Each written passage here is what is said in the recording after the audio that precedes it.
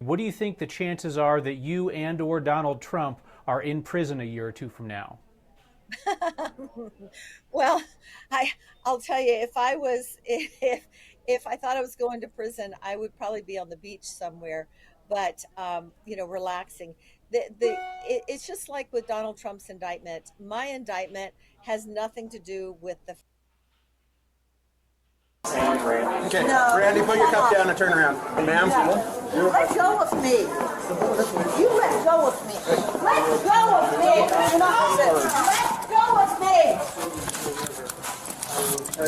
Let go of me. Oh no. Let go of me. Go.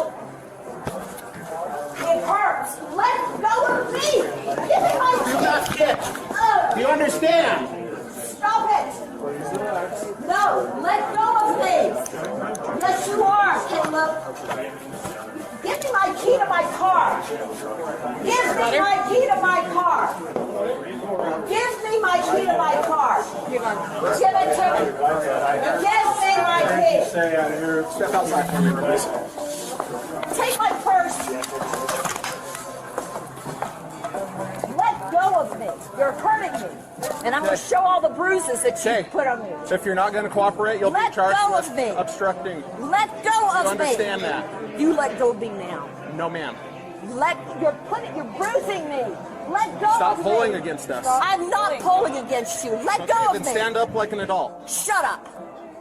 What an asshole thing to say to me. So, yeah, as you just saw right there, Miss Tina Peters, a former Mesa County clerk, was sentenced earlier today for election interference back in the 2020 election. Jurors found Peters guilty back in August for allowing a man to misuse a security card to access the Mesa County election system for being deceptive about that person's identity. The man in question was affiliated with MyPillow chief executive Mike Lindell, a prominent promoter of false claims that voting machines were manipulated to steal the election from Donald J. Trump. A one-time hero to election deniers such as Peters has been very unapologetic about what happened.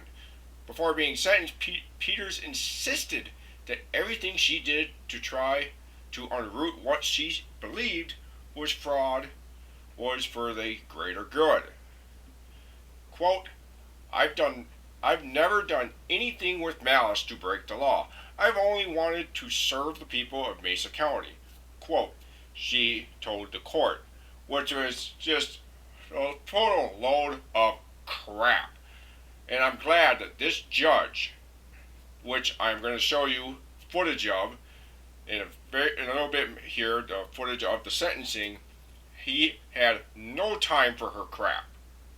When Miss Peters tried to press on with claims no legal authority had collaborated about wireless devices and software that changed ballot images in voting machines, she drew the judge's exasperation, who pointed out that the ballot recount showed no discrepancies. And of course, you will see the video in a moment where he brings that up. And this has been proven time and time and time again. None of the voting machines, whether it be Dominion or Smartmatic, were tampered with. These were all lies that Donald Trump and his enablers spread to undermine a democratic election. The breach led by Peters heightened concerns that rogue election workers sympathetic to partisan lies could use their access and knowledge to attack voting processes from within. And that's a current problem that many people fear right now, as many other election workers have been basically forced out of work by Trump and his Maga sympathizers, who have sent numerous death threats around the country to election workers, poll workers, and intimidating them to leave their job and replacing them with Trump sympathizers.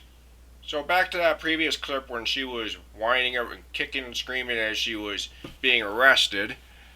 Since with all that resisting, they should have, just shot her and be done with it, because that's what they always tell black people, to stop resisting, or if you're resisting, it means you're guilty, because that just shows off the right Maga's racism. So with that, we will head over to the clip showing you the sentencing. Just take a look. This case was about your corrupt conduct and how no one is above the law. No one in this country has absolute power. Your position as a clerk and recorder, a constitutional position, does not provide you with a means by which to do your own investigation, to not listen to the judiciary, to not listen to the executives higher than you, to not listen to the legislature who sets the law as it may be. This is nonsense. Our system of government can't function when people in government think that somehow, some way, the power they've been given is absolute in all respects. And that's where you fell.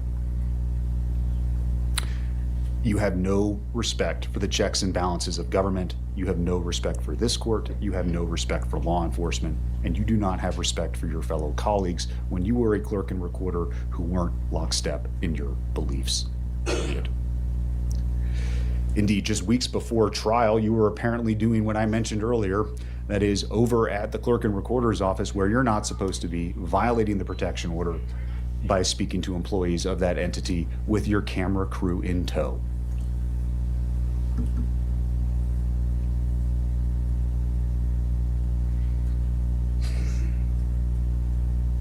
You have no qualms with violating the court's orders because you're innocent, because you didn't do anything wrong. You were just doing your job. You have no problem trying to kick an officer. Your explanation about what happened is preposterous. It's on video. You have no problem lying to officers. It's happened multiple times. They're recorded conversations. It's just more lies. No objective person believes them. No, at the end of the day, you cared about the jets, the podcasts, and the people fawning over you. You abdicated your position as a servant to the Constitution, and you chose you over all else. Yes, you are a charlatan, and you cannot help but lie as easy it is for you to breathe. You betrayed your oath for no one other than you. And this is what makes Miss Peters such a danger to our community. It's the position she held that has provided her the pulpit from which she can preach these lies. The undermining of our democratic process, the undermining of the belief and confidence in our election systems. It's not about questioning it. No one says you can't question, you can't ask. It's completely different. And if you don't understand I can say or do here today, that will change your mind. So the damage that is caused and continue to be caused is just as bad, if not worse, than the physical violence that this court sees on an all too regular basis. And it's particularly damaging when those words come from someone who holds a position of influence like you. Every effort to undermine the integrity of our elections and public's trust in our institutions has been made by you. You've done it from that lectern the voting public provided you with. Everything you've done has been done to retain control, influence. The damage is immeasurable.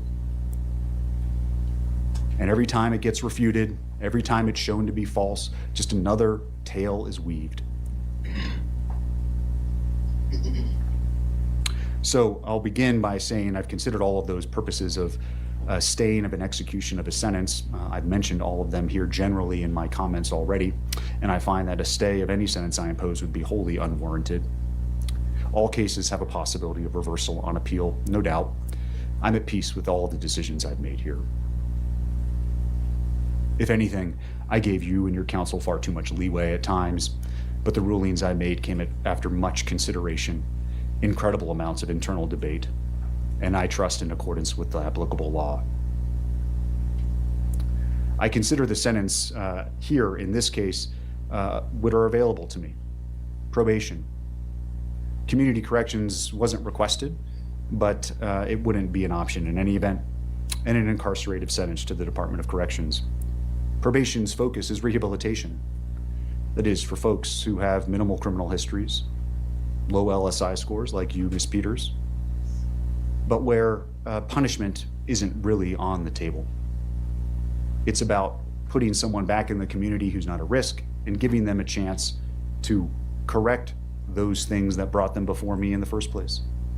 Community corrections, which again isn't available, but nevertheless I'll mention, is another option that I could still order. It's much more stringent than probation, but it's not prison. And it's for folks who have even higher needs. Again, drug addicts, alcohol abusers, and the like. And prison is for those folks where we send people who are a danger to all of us.